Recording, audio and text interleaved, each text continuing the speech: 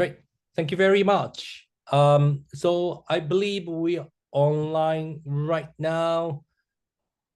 And thank you so much for those people who came to this webinar. This is Nippon Foundation Ocean Nexus webinar, and we pursue for the ocean equity. In Ocean Nexus is a network of researchers who devote their work for ocean equity, and we define ocean equity looking from the perspective of the social justice. So at this seminar, we continue to talk freely about things which may not feel make some people feel uncomfortable, such as racism, misogyny, colonialism, and then gender. But we consider this is a core issues, and we wanted to connect ocean world to the social world. So we really consider about what the ocean equity is.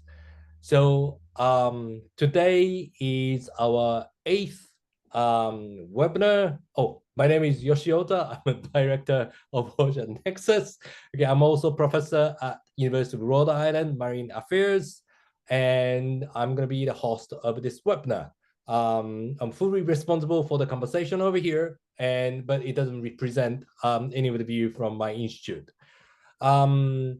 So today's webinar, this is our 8th webinar. I'm delighted to talk about this issue, this topic on aquaculture and food security. I have Professor Charlie Mather from Department of Geography in Memorial University of Newfoundland and Labrador. Dr. Mather's recent research is focused on salmon aquaculture and its industrial message, as well as effect on food security, critically, if I can put it this way, critically. Is that okay, Dr. Mather? This research is framed theoretically through political ecology and science and technology studies. So it's not really just only about the fisheries and the protein, but it really is through the critical lens, focusing on various problems of salmon aquaculture, including escapes, mass mortalities, and sustainability. And then I believe I'm going to nudge our conversation towards more the work of the Professor Mather, which concerns social license, communities, our roles together working with the people in coastal areas. We also have our chair of the Ocean Nexus, Professor Gerald Singh, assistant professor in global change and sustainable development at University of Victoria.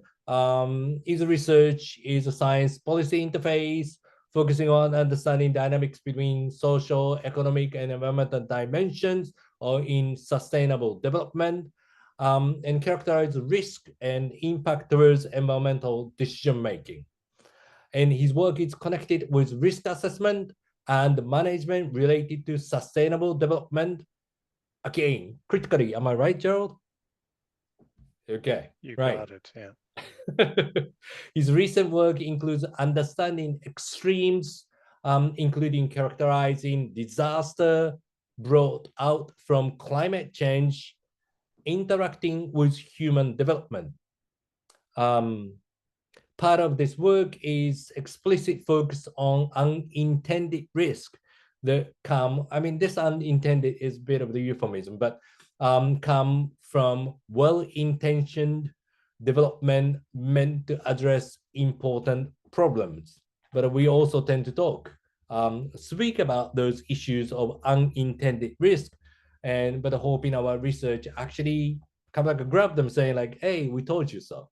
And so you can't pretend that you don't know. Anyway, so this is based on our, not mine, Professor Mather and Dr. Singh's new paper on the mass mortality, which our wonderful project coordinator, Karen Oskatrudo, will put on the chat so you can have a look at it. So Gerald will give us the presentation, and Professor Mather will actually give some comment, and we're going to open for the discussion and a Q&A. So I'll pass the floor to you, Gerald. Thanks, Yoshi. So I have a mini presentation here that I'll start. Okay. Why are you getting, you don't, it's, this is, I mean, you work in development and all those, but aquaculture is not really traditionally your focus. No, it's not. I mean, there's a little story there. Do you want me to start with that Yeah, before we why jump not? into this? Mm-hmm. So I was at Memorial University with Charlie for a few years, and I walked into Charlie's office one day, and we were talking. And I told Charlie, you know what? In environmental sciences, we estimate risk very poorly, especially when it comes to extremes and disasters. Hmm. And I want to apply that to some kind of important topics. And Charlie got very excited and he said, come work with me on aquaculture because there's this mass mortality issue that's really underappreciated and under researched. Hmm. And so it kind of became this confluence of me trying to um, bring about a more um, kind of critical view of how we use quantitative assessment and Charlie's background in using and trying to understand some of the motivations and misuse and underregulation in aquaculture and bringing those two together. That's the short version of the story. And that led us to this kind of topic on thinking about food security and risk and the risk of increasing production, especially in kind of more thinking about food production more in kind of industrial settings in so-called blue food. So we'll talk about that quickly here. I do also want to give thanks to a postdoc that was working with Charlie and I, and who's also affiliated with Ocean Nexus, Zaman Sajid, who's now at Texas A&M University, who helped quite a bit with a lot with the data collection and some of the analysis that went into this. But I wanted to start with talking about the growth of salmon aquaculture, because this is largely a story about specifically salmon aquaculture. Um, and this is estimates from a paper that came out a couple of years ago about the growth of salmon aquaculture in some of the major nations that are producing salmon through aquaculture. You see that most of it is a large proportion is from Norway, but we also have Chile, the UK, Canada, and others contributing to aquaculture production. Um, this is now a graph here talking about future projections. This is the outlook. Hopefully you can see my cursor as well. The outlook looking between capture fisheries and aquaculture. So it's some of the projections show that aquaculture is set to grow even more and contribute more towards seafood production overall. This graph isn't specifically about salmon aquaculture. It's about aquaculture overall, but salmon aquaculture is projected, or there's a lot of interest in seeing growth in the sector. And so that's what um, this headline here is talking about. And there's a lot of national plans. So, for example, in the U.S., they just last month finalized a new aquaculture plan for the United States. And again, it's aquaculture broadly, but they do mention salmon aquaculture in there as well. And so it has grown and it's set to grow more into the future. Um, and there are hazards affiliated with salmon aquaculture. A lot of times when if people talk about risk in aquaculture, there's usually a lot of attention paid to the risks of salmon aquaculture to the environment, for example, a lot of it regarding how farmed salmon can affect wild salmon stocks. A lot less paid to how environmental change, including changes in development and human use, can actually make salmon aquaculture more risky or create risk for salmon aquaculture that have important consequences. And one of the ones that, as I mentioned, Charlie introduced me to is this idea of mass mortality events. And so essentially, it's these kind of events where over a short period of time, you can have tremendous numbers of fish. We're talking thousands to tens of thousands to hundreds of thousands of fish die in a very, very short period of time. And it creates a lot of different hazards for workers, and then also economic and social hazards, as the community that's close to and dependent, could be dependent on the production facility, has to deal with all the carcasses and loss of fish. And so on the right is just an image here of trying to essentially deal with the carcasses, churning them up, creating a slurry, and just dumping them back in the water. And you can imagine that some of the kind of nutrient additions, et cetera, associated with churning up carcasses and just dumping them in the water also have their own effects. And as I said, so some of these individual events can be enormous. This is a picture of a mass mortality event from Chile. So it's just absolutely truckfuls and more of just carcasses of just tons and tons of fish that just die, and we have to deal with them. So Charlie and I engaged on some research, really basic research, on just trying to understand trends in these kinds of events. We know they occur. There's reports of individual events, but no real understanding of trends. Are they growing? Are they becoming more common? And also what causes these events? So with the help of Zaman, Charlie and I started tracking these kind of events. And so this is a map over time showing where these kinds of events have occurred, numbers of fish dying in these different events over time. You'll see these spikes at the end of every year because some countries, such as Chile, only records annually. They'll only record numbers of fish die within the year. And so you see these big spikes at the end of the year here. Some other places like Norway, in the UK and Canada, for example, have more monthly recordings. So we're able to get a more fine-tuned understanding of what's going on. Try to understand the causes. Um, One of the major reasons we hired Zaman was to do a big expert elicitation of workshop, bringing together experts across these different areas of salmon aquaculture, to try to understand their connection to mass die-offs. So Christine Knott, who I think is probably watching right now, was also part of this, so another Nexus connection.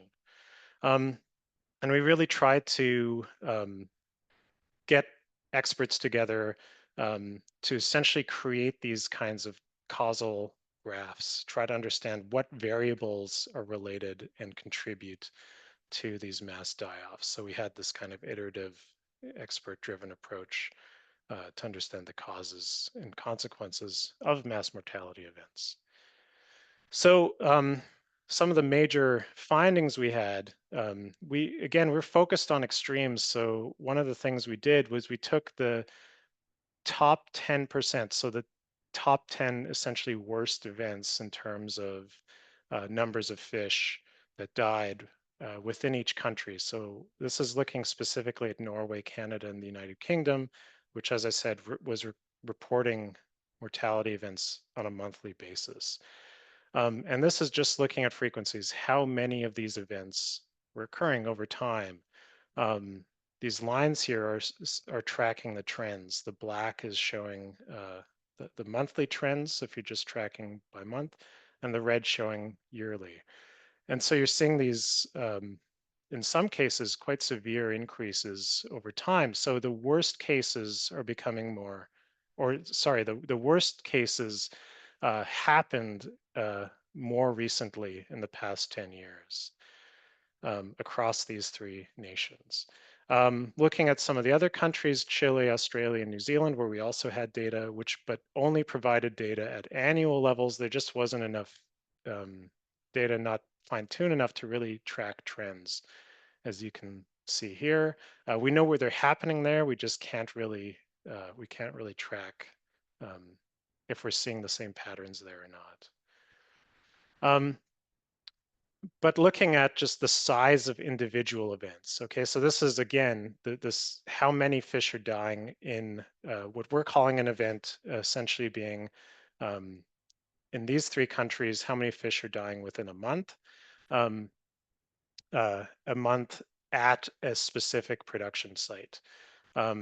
So here again, looking at Norway, Canada, and the United Kingdom, if we're tracking kind of the worst cases in all of these, we're seeing this this kind of increase across these three over the past 10 years, meaning that the worst cases tend to become even worse.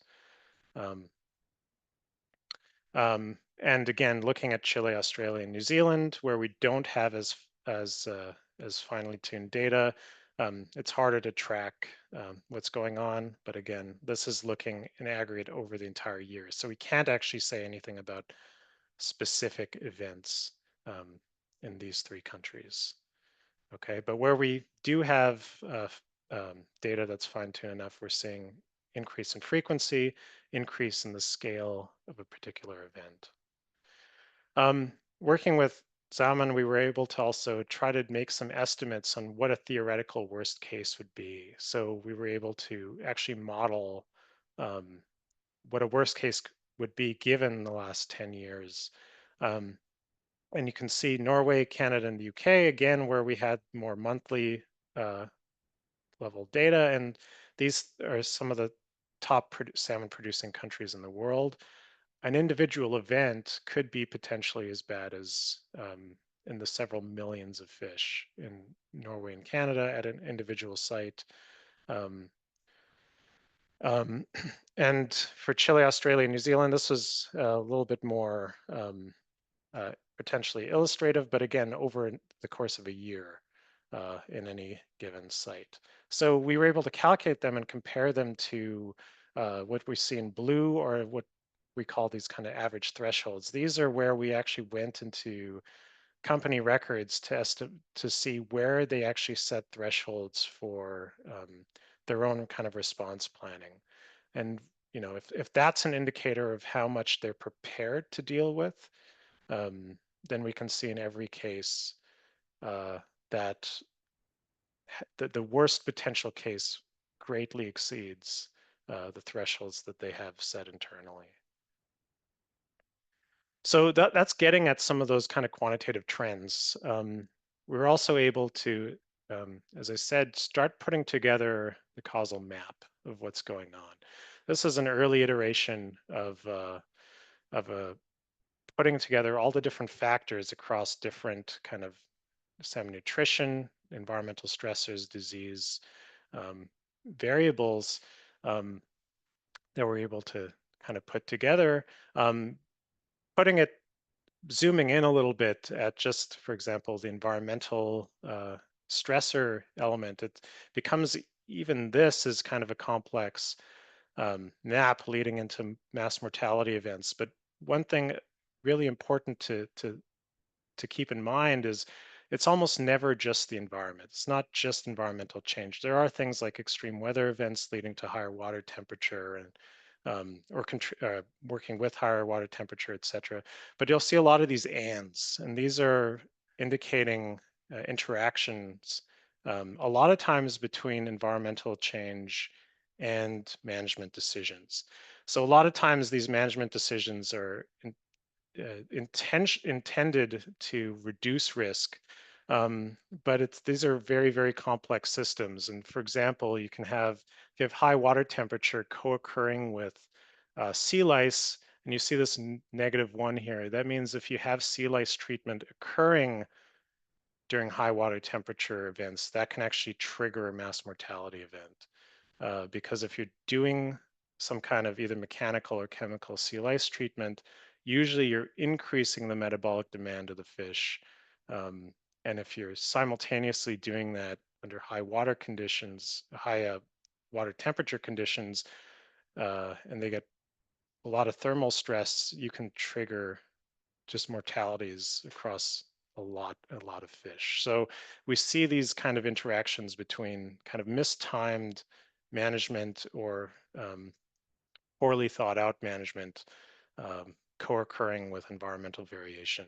And you see this is a very, very complex kind of system. Okay.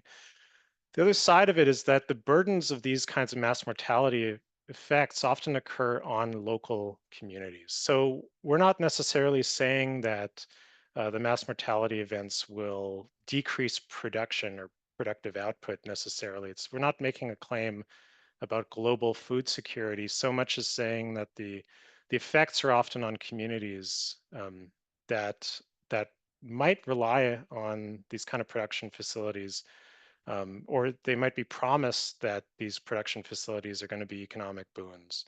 Um, but when you have these kind of mass mortality events, and again, kind of a complex case, this is a map looking at the occupational health and safety. So there's some things that can contribute to mass mortality events, whether or not kind of risk assessments are in place to actually try to address environmental conditions or not.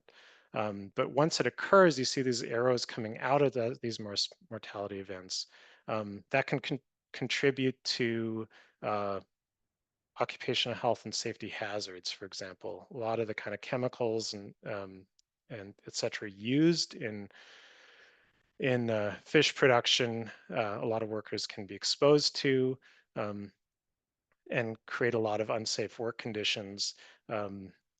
And a lot of work-induced injury trying to clean these up. I think a colleague of ours, Barb Neese, had wrote an article specifically on occupational health and safety, and I think Christine was part of that. And they said something like salmon aquaculture in Scotland was the second riskiest career or something like that, partly because of dealing with carcass cleanup.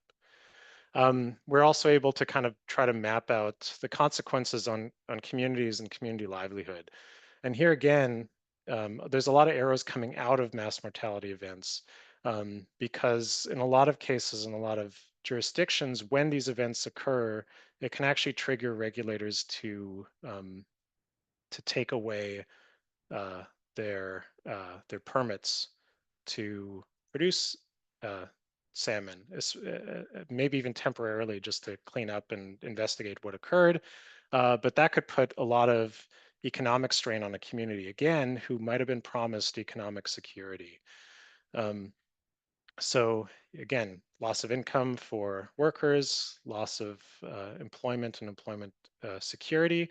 And this is a huge burden, especially, again, where the promise was the exact opposite. Okay, so I did mention that we haven't looked to see if these events are being a risk for production overall.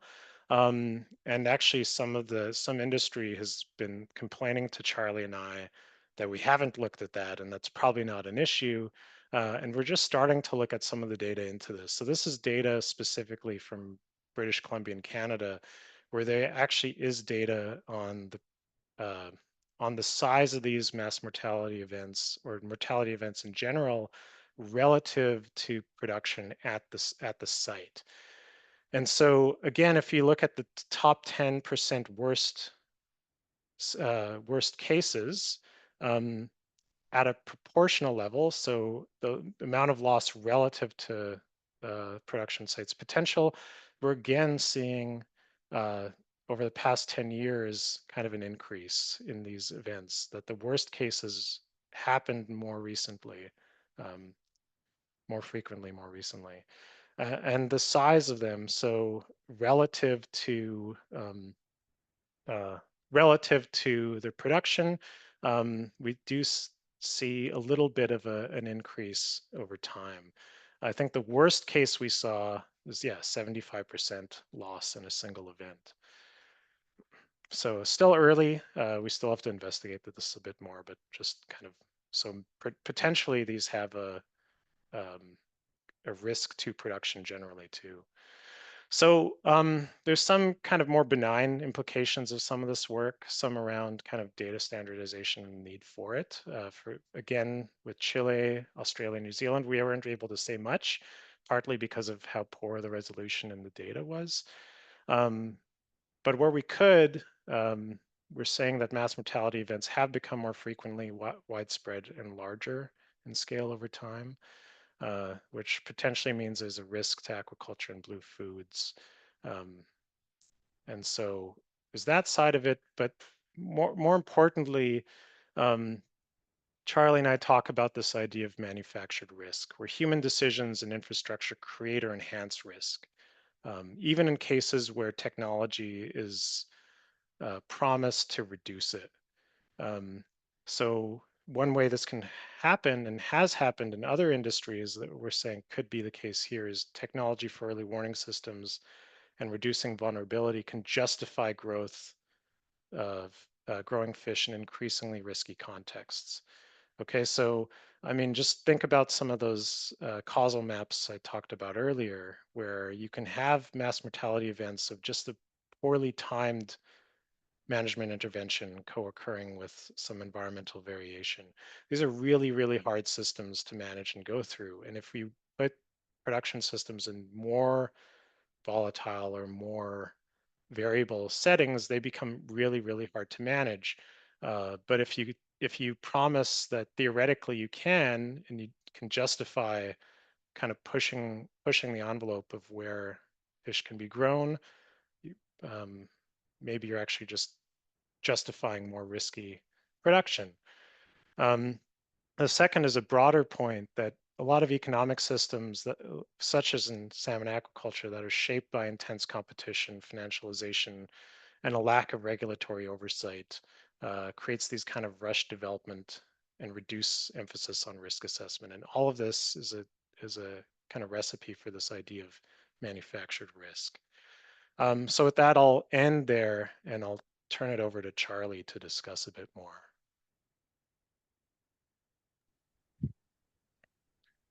Thank you. Thanks so much, Gerald. So I'm just going to say a couple of things. One is to maybe round off the presentation by returning back to Gerald's narrative about how he came to my office and we started to talk about this stuff. And just to say that I think the work that we've done really underlines the significance and importance of doing multidisciplinary and interdisciplinary work. So Gerald obviously has a different background than I do. He's a expert in quantitative analysis and natural systems. My own field is in human geography, but I have a strong interest in what is called STS, or Science Technology Studies. And basically that field has this concept of manufactured risk. So when Gerald and I are talking about these kinds of events and then trying to begin to explain them, we start, and in the paper, really to explore and run with the idea of manufactured risk, which I think is a really important one. And the more and more evidence we see has made us and strengthened our conviction that manufactured risk is a problem in this sector. And again, the manufactured risk is an idea that says risk isn't out there and it's not something that affects the industry. It's actually created by the industry itself. And there are some strong ironies with how manufactured risk happens. One of which is that you'd expect risk to decrease the more you know about how that system operates. But in fact, the opposite is the case. The more industry knows how systems operate, the closer they push the envelope of production. And so they, in fact, increase risk, ironically, even as they know more about risk happening. So this is a concept that we think has got traction. Joshi put another paper that Gerald and I have written for the Bulletin of Atomic Scientists, where we were encouraged to talk about manufactured risk, not only in the context of salmon aquaculture, but in the context of food production in general. So I'll end that there, and I'd be happy to answer any and all questions that people have. Thank you very much, both of you. I put the wrong paper. I was supposed to put a paper on this, but I'm very glad I did.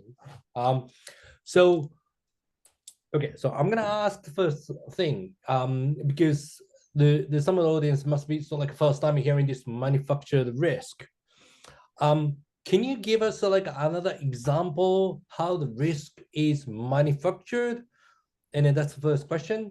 And if you can also point it out, like who's manufacturing for what? You know, you don't have to talk specifically for the salmon industry, but it kind of like gives like a clear understanding what you mean by manufacture risk.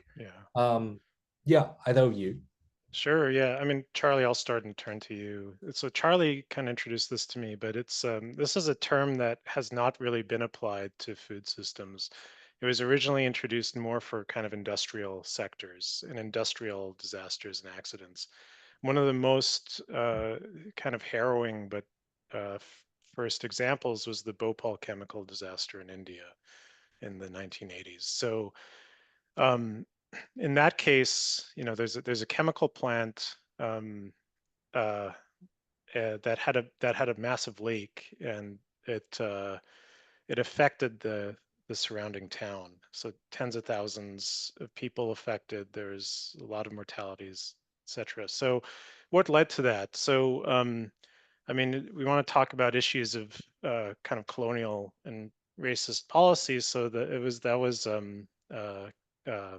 uh, it was Cargill, Charlie. Yeah. One of the reasons they chose Bhopal was because they could essentially get away with fewer environmental regulations. They could kind of get into production there. They were also considering some sites in the US, but they weren't able to. They could do it for much cheaper. Um, um, they could hire much cheaper. Um, they could get away with fewer restrictions. So that's part of it. They could also do it kind of closer to an urban setting. So there's kind of some aspects of some kind of colonial dynamics going on there.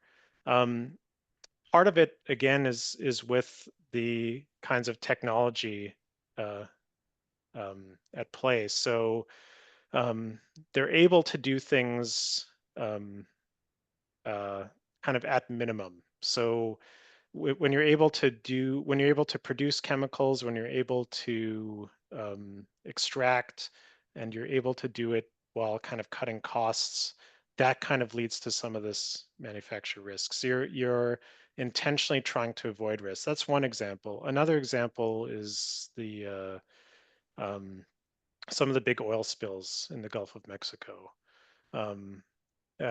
where they're drilling deeper because new technologies allow for access to oil and gas reserves that in the past weren't accessible. But new technology creates new opportunities. And so they say, well, we want to be the first people to access that. And so new technologies offers new opportunities for exploitation, but actually dealing with the repercussions we're not as good at. So you push the boundary in terms of production where you exceed and overcome your capacity to actually deal with some of the repercussions. And I think some of the industries where we see this also is where industries can have access to things like insurance. And salmon aquaculture is one of those. So they can be insured against loss. So that means the actual production company doesn't feel the risk. The risk is passed on, but they don't have to deal with the livelihood risks, for example. So Charlie, you can fill in the gaps there. Yeah, so I'll give you an example, maybe specifically from salmon aquaculture. So the industry is continuing to look for new places to farm, to set up cages and to farm fish. And now recently, the decisions have been made, encouraged in part through regulators, to shift offshore. In Scotland, these offshore sites are called high energy sites because obviously there are more waves, stronger tides, and so on. And so they're increasingly shifting into these riskier sites, but at the same time, they're increasing the scale of production. So it's not only increasing, going into more risky environments, including in a context of climate change, but then scaling up. So instead of having 500,000 fish per cage, we're going up to 3 million fish per cage. And that's a really good example of manufacturing risk, because you're basically going into a system where it's riskier, plus you're increasing the scale of production. So, for us, that's a really good example of where you are likely to get a mass mortality event happening when you've gone into a more risky environment, plus you've scaled up production. Thank you very much. So if I could just chew down a little bit. So when I hear about this, when I heard about this paper that Gerald's working on, very simple thinking is, okay, they couldn't really account for climate change impact. So therefore, the mass mortality will increase. But that's not what you're saying, really, for the manufacturer risk. What you're saying is there is a systemic failure in this application of the technology, which people tend to, so if they have a technology, instead of considering the risk comes with the technology, they want it to try on.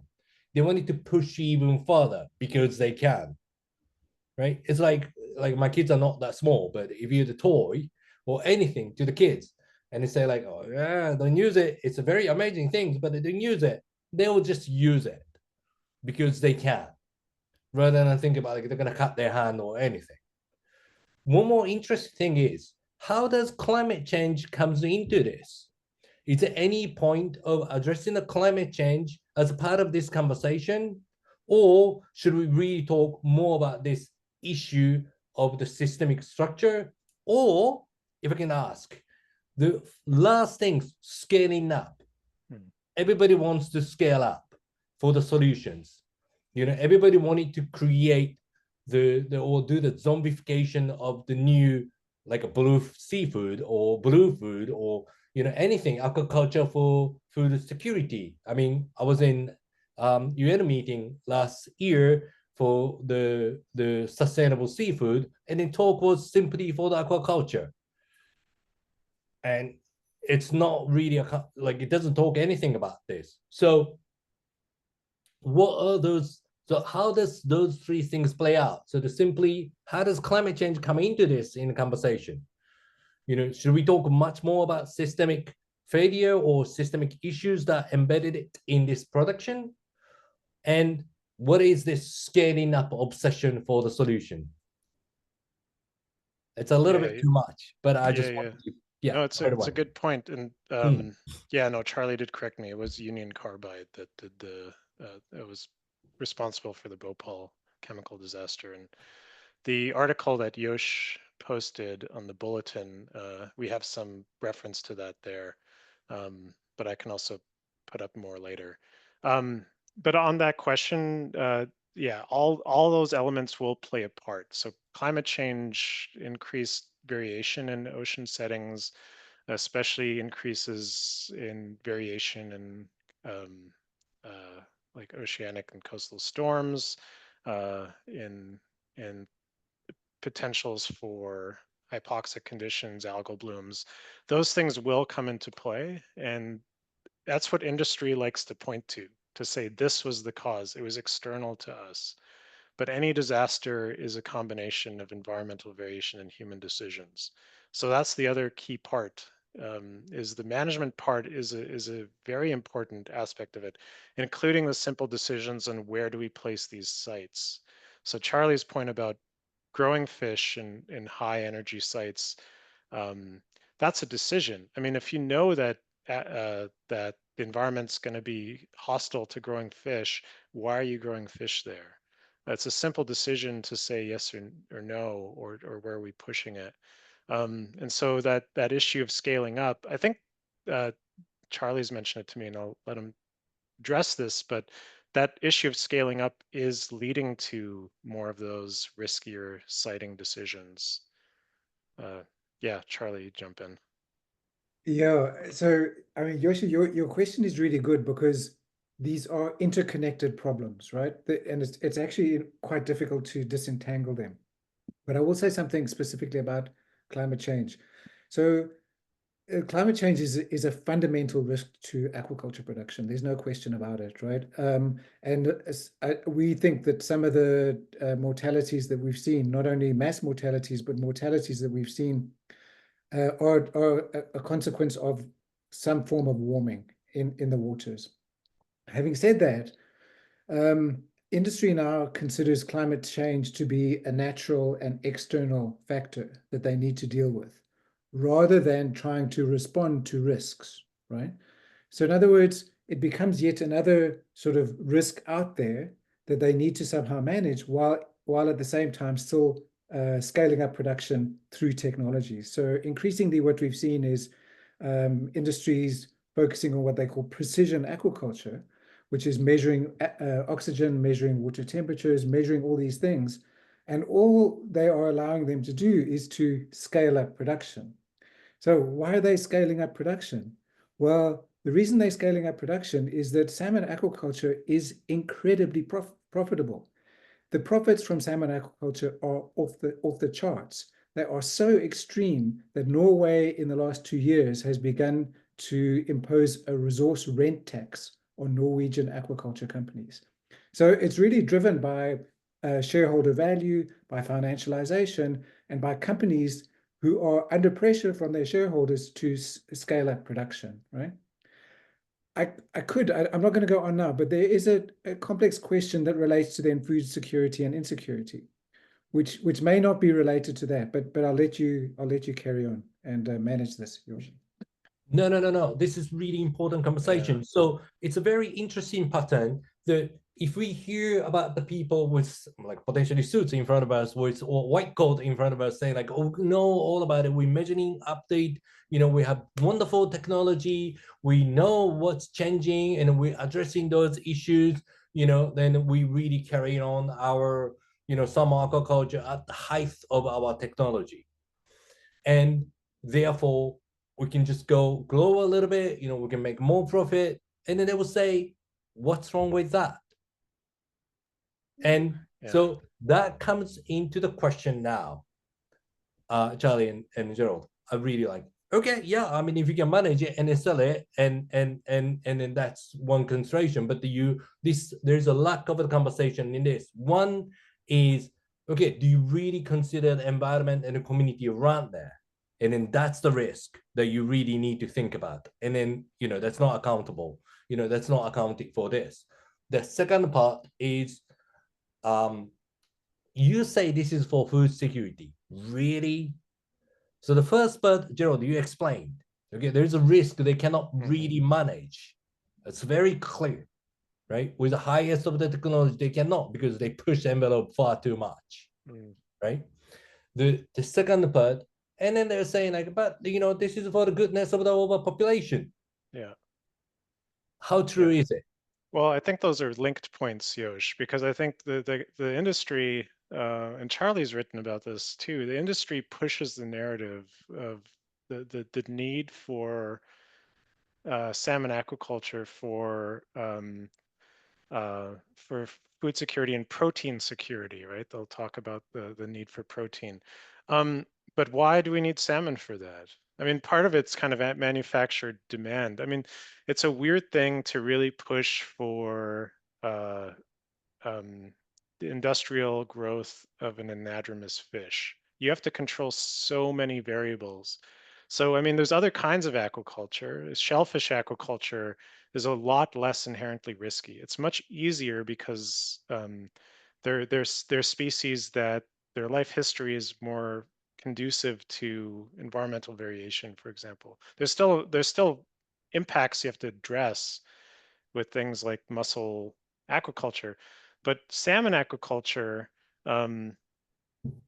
is so hard to control. There's so many variables. The more variables you have to control, the more likely you're actually going to create a disaster like this. Because if you get one thing wrong, you can have these kind of compounding events that occur. So yeah, I mean, I think some of the messaging that this is needed for food security creates a demand for it that actually creates more risk. Do we need it for that? I mean, currently the world produces more food than is demanded. It's partly a lot of the issue is a distributional issue. Who's getting access to it? Who's getting access to fish? Are we so most of the food security issues and much of the global north, for example, are issues of food waste, and what food we're kind of throwing out, more so than are we growing enough food. And regulation to just cut off the accessible food. But Charlie, please. Yeah, so just to follow on directly from that, so it's very clear that food insecurity is a problem of access. It's not a problem of production. We don't need more food. So for the industry to tell us, for the salmon aquaculture industry to tell us we should be increasing production because we need to feed the world, well, firstly, it's an access problem, it's not a production problem. And then secondly, obviously, that people who are suffering from food insecurity and access issues aren't likely to be buying salmon. I mean, that is just the obvious thing.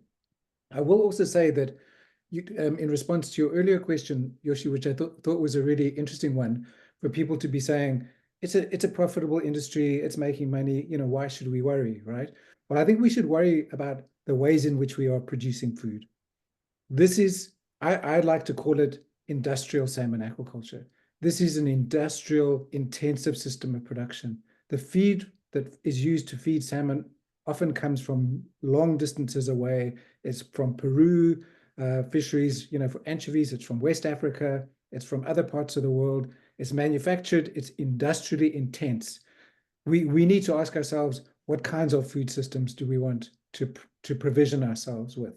And I think that, firstly, suggesting that salmon is going to provide some solution to food insecurity or to feed the world, yeah, well, I mean, I just can't go with that argument. Oh, thank you very much. It comes down to really like how we actually see the salmon. We actually see that's a seafood. It's not. It's a manufactured plastic. It really is. And well, people disagree. So I got a couple of questions. Cecilia, I hope you don't mind me calling for the first name, but Cecilia is asking, okay, what management measures could you recommend to limit the risk of mass mortality? What do you recommend? And then when you say management, I don't think she means by the management of the industry with all these dots, but a potentially policy or regulations which would really actually consider this risk as a whole, not just for the company to make a profit. What do you think? Charlie, do you want to start? Oh, okay, I don't mind starting. Look, I mean, I do think that if you start from the problem of manufactured risk as something that really drives the industry, or that the industry really engages with, and it's because essentially we've got this problem where the industry is driven by producing more and more, right? And so that leads to shifting into offshore sites, increasing the number of fish per cage, intensifying production, intensifying feed. Those things lead to mass mortalities. I think our research really confirms that. You need a different model. You need some kind of different model where you and a different kind of philosophical approach to say, we're going to try and produce within the limits of this environment, and within the limits of environments that are really changing dramatically. So I think that would be the one kind of solution that you might want to think of. I mean, other people would want to say we should just stop farming salmon totally. But if you were in the position to say, how do we kind of manage within existing systems, then you can't be manufacturing risk, and you can't be driven by this incessant drive to increase production, which is driven again by financialization and by insane profits. Thank you so much. So I also have Mr. Jeff Norman from Trout Unlimited. Thank you very much for your comment. I really like to share. And so, Mr. Norman is asking, so what about the land-based aquaculture? Is it like we can do the contained system, and what could potentially be the chance of it? It's not like he's supporting it at all, Mr. Norman, I'm misrepresenting you, and it's really from Trout Unlimited webinar that I just saw. It's really just trying to think about the nature and conservation of the salmonoid, and so he's just concerned about this mass industry, and perhaps it's an inspiration to understand, people who are close to the nature and then catching anglers and then all that is really just knows what kind of food system we want to have in the nature. But anyway, so what about the land space, land-based aquaculture? What do you guys think? Charlie just posted You just Charlie just posted posted an something. article. Right. I mean, we didn't study land-based in our analysis, and I think it's like, I think with land-based, you'd contain the impact in some ways because it's all in a specific site, but you're controlling more variables. And so, in my view, the risk of these kind of events is even higher. Because you just have to control even more. Yeah, What do you think? I would agree with that. I mean, I think you'd think that land-based systems would be more controllable, but again, you're again manufacturing risk within systems where the water is either recirculated or goes through the system, and there's really the potential for mass mortalities in that system. I mean, I put a paper in there that we looked at the kinds of shifts that are happening in salmon aquaculture around shifting to land-based production, and I think non-governmental organizations and environmental groups are quite hopeful about land-based production. I mean, we say in that paper that it's got some challenges, again, because of its industrial nature. Thank you so much. I mean, I'm going to share my own very personal question. So whenever I go back to Japan, I stayed with my in-laws, and then we buy Chilean, aquaculture salmon. And because they're the height of the technology to manufacture the taste which we like, though they taste so good. So why I feeling very guilty to eat it, but certainly actually provide some sort of like a accessible, not so expensive, fish protein to the Japanese population and pretty much every day. And to kill this, it's quite tough. So here we have at the corner whether we should really, and I think it should, we should know where the food is coming from. And Japan is the end of it. And we should actually understand what are the impact we are causing. But at the same time, there's some people who's always out there who needs to eat the salmon, or not really need to, but who likes to eat the salmon, but they can't really pay the best price, which they can really access for sustainable ones or more conscientious ones. What could be the solution or vision for that? Well, I mean, I think from my view, I mean, Charlie's point, I'll bring up to that earlier point of like, how would you manage it? It's funny because when we had our big kind of expert review, so we had dozens of researchers, and a lot of them will look at it piecemeal, right? A lot of them were saying like, we need better vaccines for the fish to address this specific issue, this or that. But we came to the conclusion at the end, I think, Charlie, I think I'm emphasizing your point a little bit here.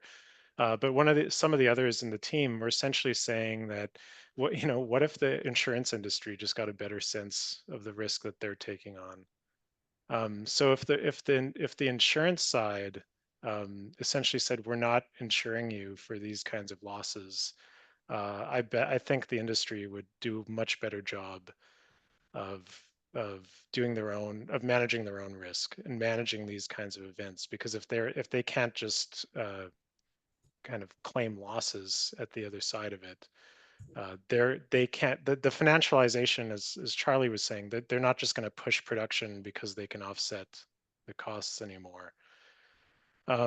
So I think that would be a big part of it. And so I think that would be part of a solution for, instead of saying, no more aquaculture, no more salmon, we just do it much more responsibly. But we put the responsibility on the right people. It's not on the community to have to deal with. It's on the production company. One last thing, and so Charlie and I are still, we had some students looking at the regulatory side in Canada on salmon aquaculture. the regulation of risk is largely the responsibility of the company itself. And so when they're thinking of risk, they're usually thinking financial risk. So, you know, if you again, if you stop that and they have to think about the consequences, you know, it increases the cost side of their benefit cost analysis. I think they would change their practice a bit more. Thank you, Charlie. Yeah, I mean, yeah. So I teach a course on the geography of food, and one of the things I try and sort of get the students to understand is that, I mean, there are limits to the extent to which us as consumers can change food systems through our individual actions. And I know that maybe seems a little bit controversial, and you know, some people are quite committed to, you know, eating sustainably and maybe vegetarian or vegan diets, and I certainly applaud that. But the extent to which that might change a food system like salmon production or like meat production or dairy production, it's uncertain, right? And I think what we then need is we need what my colleague here at Memorial calls infrastructural change, right? So we need change that happens at a different scale. And you know, Gerald's point about insurance is a really good one, because that would be a fundamental driver of change that wouldn't happen at the scale of me deciding personally that I won't eat salmon, or you, Yoshi, deciding that now you won't eat Chilean salmon, but instead drive levers that really change the way in which the industry operates. And that's the kind of change that I think makes a difference. Thank you so much. There's been humble conversations, and when it comes down to aquaculture and the food security, you know, climate change, we tend to think the environmental shift is the concern. But you know, your conversation is about manufacturing risk, really bringing up. This is not really about environmental shift, and that itself is anthropogenic. But you know, it really is this envelope, pushing envelope, and also considering risk as a financial risk, and really to just not having the imaginary of the food production, which should be for our future, is really what's lacking. And the change, it's not like, you know, we have individual behavior, but it really for us to have a right policy and the right regulations. And you know, thank you for Gerald saying that, you know, bring accountability for the right people. I think that's the right way of putting it. So this has been great. If you like to say a few words in the end, we've got a few more minutes. So yeah, can I start with Charlie? Yes, no, oh, well, I'm delighted to have been a part of this, and obviously this collaboration with Gerald has been literally a highlight of my career. We've had more interviews about this paper than any other paper that I've ever written, so that's kind of been interesting. Yeah, and just so happy to be able to present some of this this material here. Thank you very much, Gerald. Yeah, no, thanks, Charlie. I didn't know that. I didn't know that was your highlight of your career. That's really nice to hear. No, but this has been one of the best collaborations, just in terms of really linking the kind of quantitative, qualitative, and just different approaches and different ideas and putting them together. It's been a real blast. Yosh, you have something? Yeah, no. Mr. Norman, thank you. That's a wonderful question. Does aquaculture do anything to reduce the pressure on wild salmon and other wild fish, I believe? Yeah, wild finfish. I know. No, they don't. Yeah. Okay, I'm going to say nothing, zero.